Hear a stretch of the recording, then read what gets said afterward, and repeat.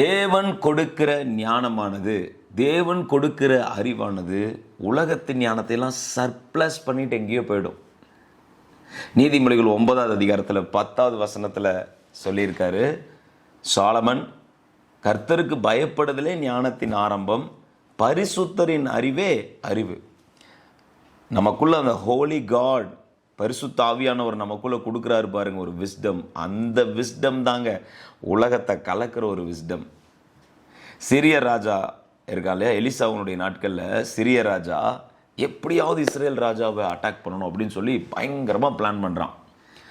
ரொம்ப ஷார்ப்பாக வெயிட் பண்ணி காத்திருந்து ஆட்களையெல்லாம் அனுப்பி இஸ்ரேல் ராஜா எங்கெல்லாம் வருவான்னு ஒரு ஸ்கெட்ச் போட்டு அவன் என்ன செய்கிறான், தன்னுடைய விஸ்டமை ஃபுல்லாக பயன்படுத்தி எங்கே சிக்குவான் அப்படின்னு சொல்லிட்டு பிளான் பண்ணி ஒரு ட்ராப்ஸை செட் பண்ணுறான். அங்கே வருவான், அந்த பாயிண்ட்டுக்கு வருவான், அந்த இடத்துல இஸ்ரேல் ராஜாவை நீங்கள் அடிச்சிருங்க அப்படின்னு சொல்லிட்டு. இது உலக பிரகாரமான அறிவு. அங்கே எலிசா உட்காந்து ஜெபம் பண்ணிகிட்டு இருக்காரு.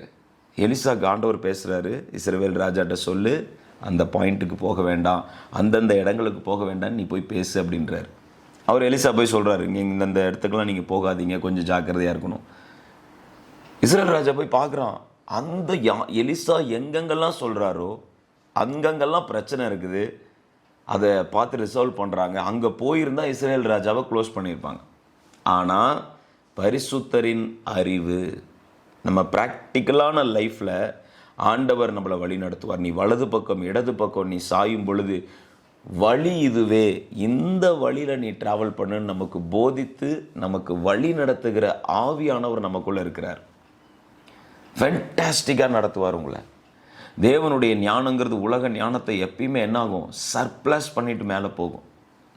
சாலமன் தான் ஃபஸ்ட்டு என்ன செய்கிறாரு, நல்ல பலிகளை செலுத்துகிறார். அவர் வந்து போஸ்டிங் எடுத்த உடனே, ராஜாவான உடனே நல்ல ஏராளமான ஆயிரக்கணக்கான பலிகளை செலுத்துகிறாரு. அவருக்கு தேவன் தரிசனமாகிறாரு. இரவில் சொப்பனத்தில் தரிசனமாகி உனக்கு என்ன வேணும் அப்படின்னு சொல்லி கேட்குறாரு. அவர் சொல்கிறார், எனக்கு நல்ல ஞானம் வேணும் அப்படின்னு சொல்லிட்டு. ஆண்டவர் அதை, you are granted, wisdom is granted, and நீ ஞானத்தை கேட்டதுனால உனக்கு நான் எல்லாத்தையும் தரேன். அப்போ ஞானம் உள்ளவன் பலம் உள்ளவன் வேதம் சொல்லுதுங்க. எனவே நம்ம தேவன்கிட்ட ஆண்டவரே ஒரு காரியத்தை செய்ய உலக பிரகாரமான ஞானம் எனக்கு இருக்குது, ஆனால் உங்களுடைய நடத்துதல், பரிசுத்த ஆவியின் நடத்துதல் ஆகிய தேவ ஞானம் எனக்கு உண்டாயிருக்கிறதா? ப்ராக்டிக்கல் நாலேஜ் அண்டு நீங்கள் உலகத்தின் ஞானத்தோடு அதை கம்பேர் பண்ணும்போது பைத்தியமாக தெரியும்.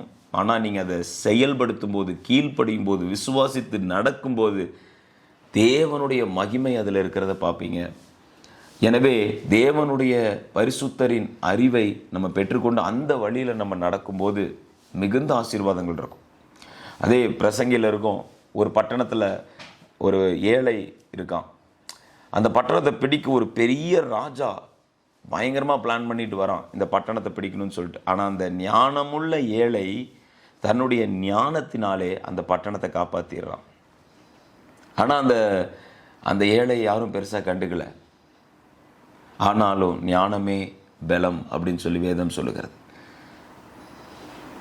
அதே மாதிரி தான் இயேசு கிறிஸ்து குழந்தையாக பிறக்கும்போது அவரை அழிக்க பலர் முயற்சி செஞ்சாங்க இல்லையா. ஏரோது ராஜா நிறையா பேர் அனுப்பி குழந்தைகளெல்லாம் அழிச்சிருங்கன்னு சொல்கிறப்ப எத்தனையோ பேர் புறப்பட்டு வராங்க அந்த குழந்தையை அழிக்கிறதுக்கு. தேவன் பாதுகாத்தார். இயேசு கிறிஸ்து நம்ம நிமித்தம் நமக்காக அவர் தரித்திரமாகி பட்டணத்தை ஆட்டி படைத்து கொண்டிருந்த, உலகத்தை ஆட்டி படைத்து கொண்டிருந்த மரணத்துக்கு அதிகாரியாகிய பிசாசானவனை தன்னுடைய மரணத்தினால, அவர் தன்னுடைய மரணத்தினால ஜெயிச்சு அவனுடைய வல்லமையெல்லாம் உடைச்சிட்டார். தேசத்தை சுதந்திரிக்க ஆண்டவர் நமக்கு பலம் தருவாருங்க. அவர் உடைச்சிருக்காரு மரணத்தின் ஆவிகளை.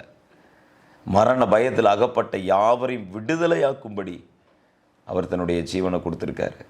எனவே ஞானத்தை கேளுங்க ஆண்டவர்கிட்ட. ஞானமும் புத்தியும் ஆண்டவர் எங்களுக்கு தரணும்.